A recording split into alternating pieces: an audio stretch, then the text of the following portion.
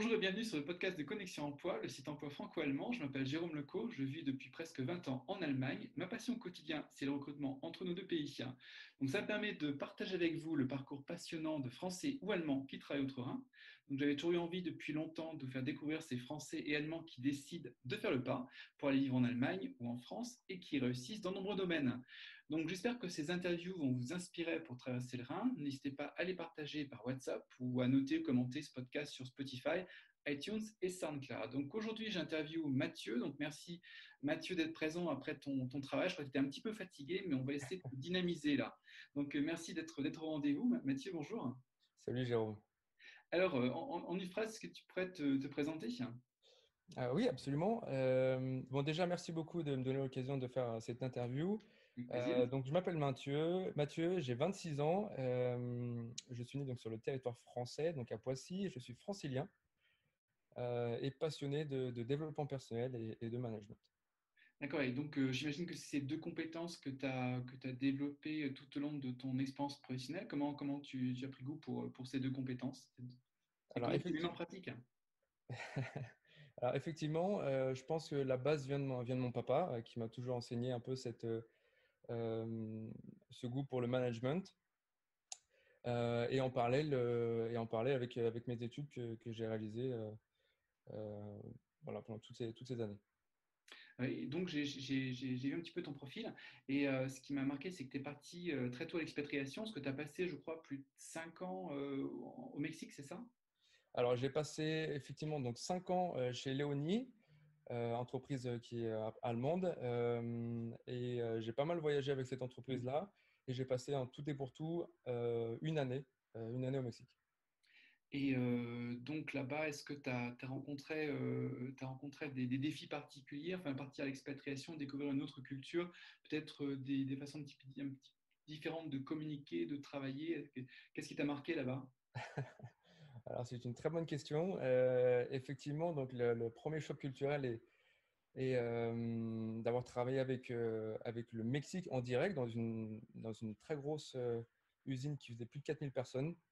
Donc là-bas, mon rôle était de faire de la gestion de projet, management de projet. Donc ça, c'était le premier choc culturel. Et le deuxième choc culturel était effectivement de travailler en direct avec un client américain, donc Amérique du Sud. Et effectivement, on faisait aussi la relation avec la Suède et la France. Ouais, Donc, donc, tu as vraiment vécu différents niveaux culturels peut-être. exactement. Et qu'est-ce qui t'a marqué justement dans la gestion de projet au Mexique? C'était quoi? C'était les délais? Qu'est-ce qui caractérisait un petit peu la gestion de projet là-bas? Tu mets effectivement le point sur quelque chose qui est très important, c'est les délais. Mhm. Donc, il faut savoir effectivement toujours faire respecter les délais, prioriser les tâches et effectivement rendre les choses, enfin leur travail très important. Il faut les motiver. Sinon, avec des Américains qui sont euh, très exigeants, on peut vite rentrer en conflit. Donc il faut maintenir une tension peut-être pour qu'on arrive à tenir un petit peu les délais qu'on s'est fixés, ou une autre façon de communiquer peut-être pour que les projets se réalisent. Exactement. Donc, effectivement, ça passe par des réunions one-to-one pour motiver les gens, pas les prendre un par un, expliquer euh, les priorités. Et voilà, mais c'était passionnant. Et concrètement, c'était quoi comme type de projet? Si tu peux nous donner un petit peu plus de détails pour qu'on voit un petit peu, qu'on comprenne un petit peu dans quoi tu étais lancé. Absolument. Euh, donc, Léonie, mon ancienne entreprise, fabrique des faisceaux, donc tous les réseaux électriques et les composants électroniques pour les voitures, donc notamment ce qui se trouve sous les planches de bord, derrière les portes. Donc, ça nécessite euh, beaucoup de main-d'œuvre pour fabriquer ces produits-là. On n'est pas du tout dans l'automatisation, ce qui fait que on a beaucoup de personnes donc à gérer et beaucoup de tâches à- à donner aux personnes pour réaliser ce projet. Et donc, tu es resté là-bas un certain temps et retour en Europe et tu arrives, je crois, en Allemagne, c'est ça? Exactement. Donc Alors, après, comment ça s'est réalisé? Parce que tu es passé d'un extrême à l'autre en termes d'environnement culturel, sans doute. alors tout à fait. Alors, j'ai eu quelques contacts quand même avec l'Allemagne à partir de 2014 quand je suis rentré chez Léonie. Voilà, j'avais toujours en tête d'un jour peut-être aller en Allemagne et travailler en Allemagne. Et au Mexique, j'ai rencontré donc Sarah, ma copine, qui est allemande. J'ai décidé de franchir le pas et de m'installer en Allemagne à Cologne. D'accord, oui, donc c'est ce qui a un petit peu motivé aussi le changement, je dirais, d'horizon, te rapprocher de ta copine. Et donc, tu avais déjà mis les pieds à Cologne avant d'arriver, je crois, en début d'année. Alors, j'ai mis effectivement une fois les pieds à Cologne, c'était en juin 2019, justement pour aller voir Sarah. C'était extrêmement rapide parce que je travaillais toujours au Mexique. Donc voilà, et avant, euh, j'ai passé quelques jours effectivement dans le sud de l'Allemagne. Tu avais déjà appris l'allemand avant de faire sa connaissance? Alors non, pas du tout. J'étais un grand débutant. Ouais. J'ai jamais fait d'allemand. Voilà, c'est vraiment quelque chose de tout nouveau pour moi. Et t'aimes les challenges, j'ai l'impression. Absolument, c'est quelque chose qui me motive énormément. Les challenges et voilà, donc tout à l'heure je parlais de développement personnel, ça fait un peu partie de ce parcours-là. Hmm. C'est vraiment se challenger voilà, pour progresser, quoi. Alors justement, est-ce que tu t'es fixé des objectifs pour apprendre l'allemand? Est-ce que tu as mis ça en pratique? Ou alors, est-ce que vous en êtes resté peut-être à l'anglais au début? Alors, pour préparer mon arrivée en Allemagne, alors je sais que arriver dans un pays dans lequel on ne parle pas forcément la langue, pas du tout même, ça peut s'avérer compliqué sur l'insertion sociale, dans le travail, dans les démarches aussi administratives. C'est pourquoi j'ai commencé à prendre déjà des cours au Mexique avec un Allemand qui était aussi sur place. Ah, d'accord, je me suis dit que tu allais parler allemand avec un accent espagnol sans doute, mais c'est pas le cas, d'accord. Non, non, non. Donc effectivement, c'était un Allemand que j'ai adoré. D'ailleurs, il m'a appris vraiment beaucoup de choses. C'était vraiment, vraiment super. Donc du coup, pendant un peu moins d'un mois, j'ai essayé d'atteindre le niveau A1, voire A2, Mhm. pour arriver en Allemagne un peu plus situation confortable. D'accord. Là, tu as quel niveau au bout un petit peu plus de 6 mois? Tu as réussi à monter vers A2, B1? Alors effectivement, je suis passé outre mon niveau donc A2 et là je suis B1, allez B1. D'accord, oui, donc c'est bien parce que tu vas, bon, et au bout d'un an, tu auras des mécanismes d'automatisme qui vont se mettre J'espère. en place, mais j'imagine que tu as dû être très fatigué les premiers jours, les premiers mois, si tu as entendu beaucoup d'allemand en travaillant. Effectivement, surtout quand on se retrouve dans des événements, dans les soirées où il y a 1, 2, 3, 4, 5, 6 Allemands, ça va, ils parlent très très bien anglais. Donc ça, c'est vraiment super. Mais effectivement, ça fatigue. Parce que tu travailles peut-être dans ton domaine, tu travailles toujours en anglais sans doute, hein. Alors effectivement, dans mon domaine, je travaille anglais, français, et de plus en plus, j'essaie vraiment de pouvoir parler uniquement en allemand. Et comment s'est fait la passerelle pour trouver un job en Allemagne? Parce qu'aujourd'hui, les choses, la transmission des jobs elle est assez digitale en fait. Donc c'est vrai on peut trouver à distance. Je ne sais pas, est-ce que tu as trouvé ton job du Mexique ou pour établir le premier contact? Comment ça s'est fait? Alors, j'ai trouvé mon job, effectivement, tu disais quelque chose donc, en digital, donc sur Steps One. Mhm. Euh, alors, ça a peut-être impressionné certains d'entre nous, mais c'était extrêmement facile, Ouais. dans le sens où je pense que ça va être le seul, à Beverbung, le seul job application que j'ai faite. Et ça a matché tout de suite avec le boss. Ah, d'accord, je suis recruteur, tu vois, mais c'est la première fois que j'entends parler. C'est intéressant de voir les différents biais qu'utilisent tous les candidats pour arriver à un job en fait. C'est une application de l'entreprise ou c'est une application générale en fait de recrutement? Application générale de recrutement. Mhm. Ah, c'est Donc un voilà, système de matching en fait, un petit peu comme le Tinder du recrutement, c'est-à-dire que tu mets tes compétences principales et puis on te match. je crois que c'est ça, ouais. D'accord. C'est un peu ça, effectivement. Euh, donc ça permet et puis toi, candidat, ça permet effectivement de trouver assez facilement les entreprises qui te conviennent. Donc, euh, donc Et voilà, donc, ça, il y avait pas que des compétences techniques, il y avait aussi certaines caractéristiques quant à l'environnement de travail dans lequel tu saurais travailler sans doute. Il y avait aussi des soft skills que tu avais mis en avant. Et tout ça, ça a matché. Tu arrivé progressivement à établir le contact avec cette entreprise. exactement, c'est tout à fait ça. Donc, effectivement, et avec l'expérience aussi que j'ai acquise et forcément que j'ai mise en avant du Mexique. Donc, ça a permis de matcher très rapidement. Je me suis rendu disponible pour voyager en Allemagne rapidement pour faire un interview, puis un deuxième. Et au bout du deuxième, on m'a annoncé que j'étais pris. D'accord. Vous avez pas fait d'interview à distance par visio? Non, non, non, j'ai préféré me rendre directement D'accord. en Allemagne. Voilà, je trouve que c'est plus. Tu avais peut-être des contacts par LinkedIn ou alors tu avais échangé peut-être avec les opérationnels ou avec le recruteur de l'entreprise? Alors, effectivement, j'ai essayé de contacter les anciennes, les anciennes personnes C'est une bonne démarche, c'est une bonne démarche. ouais, effectivement, qui ont travaillé.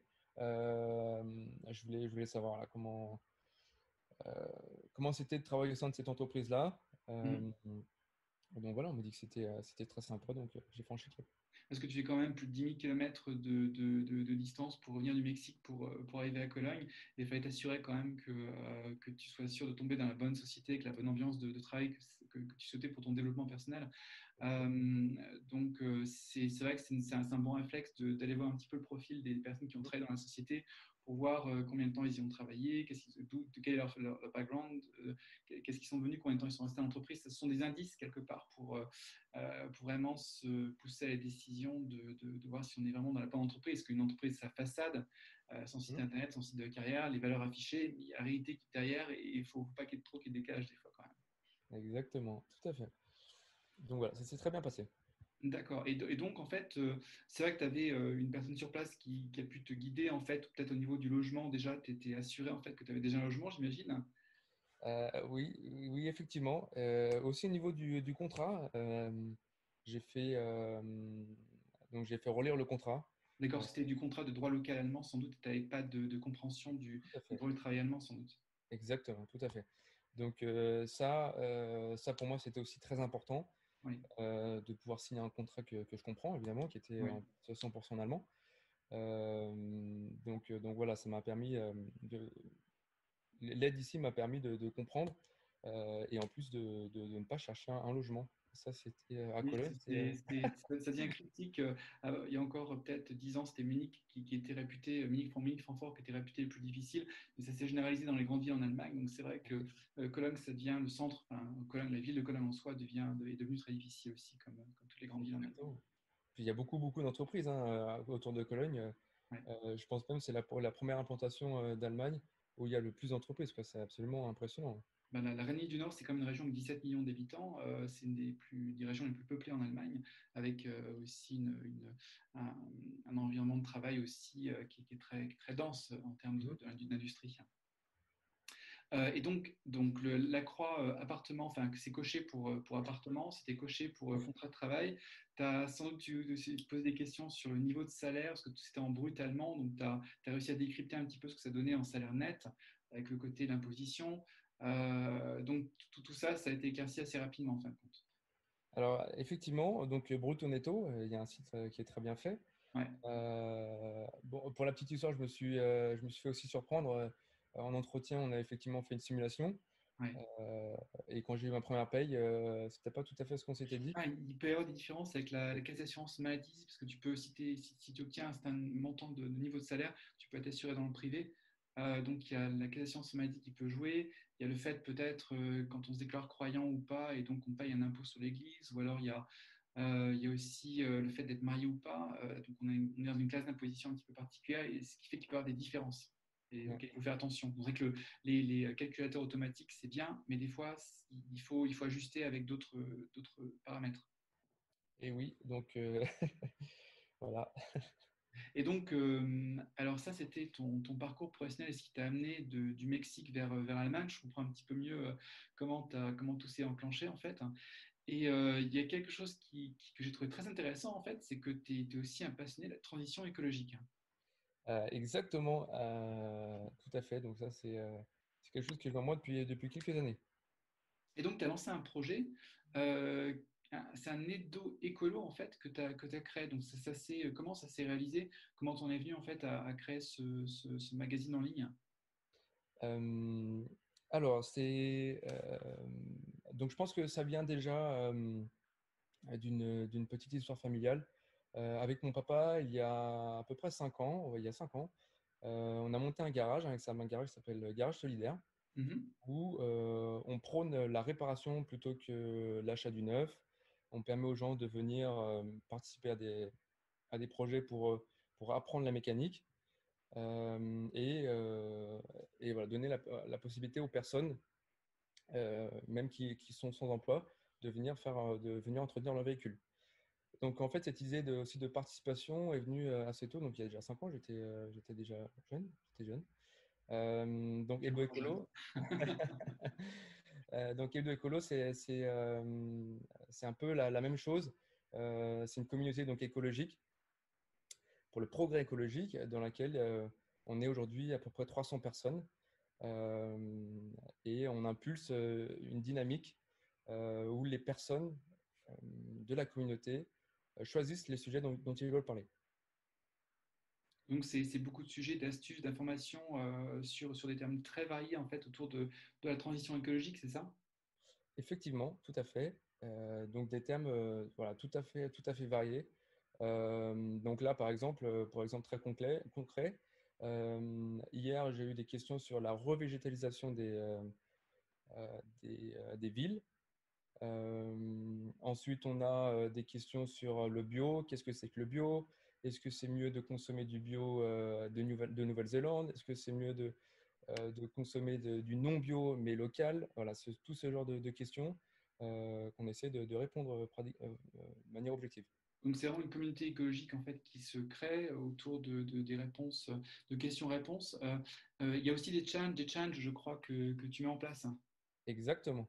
Donc l'idée, c'est d'apporter des solutions et de montrer que même avec des tout petits gestes, individuellement, on peut changer quelque chose. Individuellement, ça rapporte des résultats sur la consommation d'eau, par exemple. C'était le thème du mois de juin. Et si on massifie juste à une échelle d'une communauté de 300 personnes ou derrière beaucoup plus à une échelle européenne ou même mondiale, les progrès sont absolument immenses. Donc en fait, j'ai vu que sur le aussi, donc vous avez un site internet qui s'appelle hebdoécolo.com. Et puis la communauté, en fait, elle s'élargit grâce aussi sans doute aux réseaux sociaux. Vous êtes présent sur Facebook, sur Instagram, sur Twitter.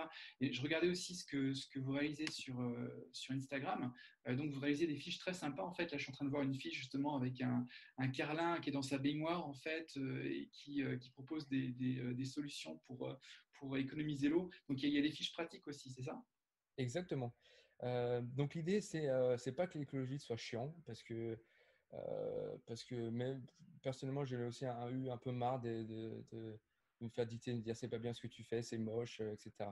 Donc l'idée, voilà, c'est de faire des posts et des publications ludiques, marrantes, sur lesquelles on prend du plaisir à changer, en tout cas à prendre conscience. Et voilà, ça peut créer aussi des déclics personnels. Donc, je voyais sur la page d'Insta, en fait, il y a déjà pas mal d'abonnés. Et ils viennent d'où, en fait, les abonnés? Est-ce que tu as réussi à avoir des contacts assez variés jusqu'ici? Quel profil type des personnes qui s'abonnent à ta page? Donc effectivement, donc déjà c'était en partie les personnes qui m'ont soutenu, donc qui étaient autour de moi dans ce projet-là, donc mes amis, ma famille, qui m'ont vraiment poussé à faire aussi cette page-là. Et je crois que maintenant c'est des gens qui veulent vraiment s'informer sur l'écologie. Voilà. Je crois que tu as traduit même en 4 langues, il y a en français, en allemand, bien sûr, en anglais et en espagnol. Ta page, tu vas la tenir en 4 langues, a priori. Donc, ça risque de faire, enfin, risque, ça, c'est dans le sens positif.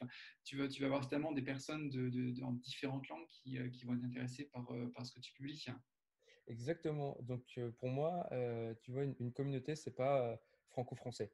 Ah, Mm. je le trouvais extrêmement intéressant aussi par les expériences que j'ai eues, d'avoir des personnes qui viennent d'horizons différentes et qui justement proposent des sujets avec des éducations qui ont forcément des éducations différentes. Donc, ils vont proposer des sujets qui sont différents, ce qui va permettre de partager des informations aussi différentes et aussi intéressantes à une communauté de personnes d'origine aussi différentes. Donc, c'est vraiment participatif. Est-ce que tu peux me donner un exemple de projet ou de challenge qui a été lancé par des personnes dans la communauté? Euh, de challenge, alors c'était le challenge de la consommation d'eau, donc tout ce qu'on a parlé au mois de juin. Et là, ça va être là, je pense qu'on va pas partir sur du niveau du challenge, mais plus laisser le choix à la communauté des sujets dont ils veulent parler. Donc les challenges, ça a été pour le mois de juin. On repartira sur d'autres challenges, soit au mois d'août, soit au mois de septembre. Mais là, je veux vraiment laisser la parole aux abonnés. Et puis, tu voudrais aussi, je dirais, voir les personnes en face-to-face. Donc, comme tu es à Cologne, tu aimerais bien aussi développer une petite communauté localement pour aussi en live discuter avec des différentes personnes, en se rencontrant peut-être, et puis en réalisant peut-être des petits projets localement. Exactement. La culture allemande est aussi très intéressante pour ça. Je pense que et à la fois faire des projets en France et à la fois en Allemagne, créer des communautés aussi de discussion en France et en Allemagne, ça peut apporter beaucoup de choses. J'ai un ami qui m'a proposé notamment d'aller à Berlin, de rencontrer une personne qui a déjà monté 2 entreprises pour pouvoir parler de ce projet-là aussi. Donc voilà, je veux surtout pas rester uniquement en France. Donc, tu as une conscience, enfin, il y a une conscience écologique qui est présente en Allemagne, bien plus tôt qu'en France Exactement. d'ailleurs. Je crois que c'était les années 70, fin des années 70-80. Mm. Que j'imagine que quand tu parles des Allemands de ton projet, ça doit tilter assez rapidement. Exactement, oui. Et c'est tout à fait ça. Et donc mes proches ici m'ont aussi aidé parce qu'ils ont une approche aussi différente que moi je n'ai pas du tout. Donc leur point de vue sur la manière de passer les messages, aussi sur la partie graphique, sur la partie design, m'ont beaucoup apporté. Oui. Je voyais en fait sur ton profil LinkedIn que tu as une belle citation de l'abbé Pierre qui dit le plus grand échec est de ne pas avoir le courage d'oser. Donc, tu as osé créer et développer cette communauté. Quels sont tes rêves ou qu'est-ce que tu souhaiterais réaliser encore le plus avec cette communauté? Donc effectivement, c'est marrant parce que cette citation vraiment elle me colle à la peau. Mm. Euh, En fait, il y a effectivement 2 activités avec cette communauté-là. Donc, la première, c'est de sensibiliser, de partager des informations avec ces personnes-là. Et la deuxième activité, c'est effectivement dépolluer directement les villes. Donc là, avec des membres de la communauté, ceux qui sont évidemment motivés, on veut commencer à dépolluer les villes. Donc ça, c'est mon grand rêve. Et la première activité, donc, c'est d'avoir euh, une sensibilisation et un impact positif à court, moyen terme sur la dépollution. Et un impact direct, c'est aller ramasser, par exemple, les mégots de cigarettes. Donc ça, mégots de cigarettes, on a un projet qui est en cours. On veut pouvoir les ramasser, donc dépolluer la ville directement et les recycler avec une entreprise, pour l'instant, française. Donc ton projet, ça passe vraiment beaucoup par la sensibilisation pour atteindre justement des petits objectifs et que les personnes soient vraiment acteurs. Exactement. Je pense que pour qu'on soit tous euh, impliqués en fait dans le progrès écologique, il faut qu'on prenne part. Et il faut qu'on prenne part à des actions. Il faut qu'on aussi participe à ce progrès écologique-là. Donc j'imagine que le développement de la communauté, tu dois être multicasquette, tu dois faire de tout, tu dois être community manager, tu dois aussi retrouver l'aspect projet, j'imagine que tu as connu dans ton travail, et ça doit être super passionnant. Exactement. Effectivement, tu disais community manager, c'est effectivement des choses que j'ai apprises notamment au Mexique. Donc c'est des choses, une expérience que j'ai acquise et que j'essaye d'appliquer le plus intelligemment possible. Voilà. Donc pour l'instant, tu es dans une phase où tu as capté virtuellement en fait, l'intérêt de gens qui sont intéressés justement par la transition écologique. Et puis tu vas peut-être tu vas essayer de passer un mode réel en fait, aussi à Cologne, mais pas seulement, pour justement montrer un petit peu les résultats de ce que vous faites. Exactement. Donc, ça me tient à cœur. Je pense que c'est vraiment la deuxième étape et pour moi la deuxième l'étape la plus importante. C'est vraiment de pouvoir réunir les gens autour, réunir les gens physiquement pour commencer à créer aussi des liens, pour qu'il y ait vraiment un impact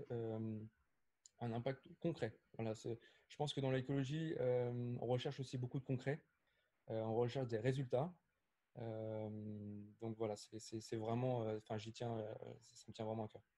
D'accord, moi, j'espère qu'on pourra t'accompagner, puis que aussi par ce podcast, il y aura certaines personnes qui se joindront à toi. Donc, on mettra le site, enfin, le lien de ton site, de ta page Insta et puis Facebook, et puis bien sûr ton profil aussi pour que les gens puissent te contacter. Et puis peut-être qu'il va y avoir une communauté internationale qui va pouvoir se développer autour de ton initiative à Cologne en tout cas. Voilà. Je l'espère, c'est vraiment quelque chose qui me tient à cœur. Et je pense que ça va prendre une belle ampleur. Non, en tout cas, c'est le moment venu, parce que c'est vraiment un thème qui est de plus que l'actualité. Voilà. Ben, je te remercie, en tout cas, Mathieu, de nous avoir fait part de ton développement à Cologne et puis de tes premiers pas à Cologne et puis de ton projet qui va certainement en intéresser plus d'un. Et puis donc, je te dis peut-être à bientôt pour voir concrètement ce que tu auras réalisé à Cologne. Oui, merci beaucoup Jérôme. Et puis je souhaite aussi remercier tous les membres de la communauté. Voilà, Merci. Merci. Au revoir. merci.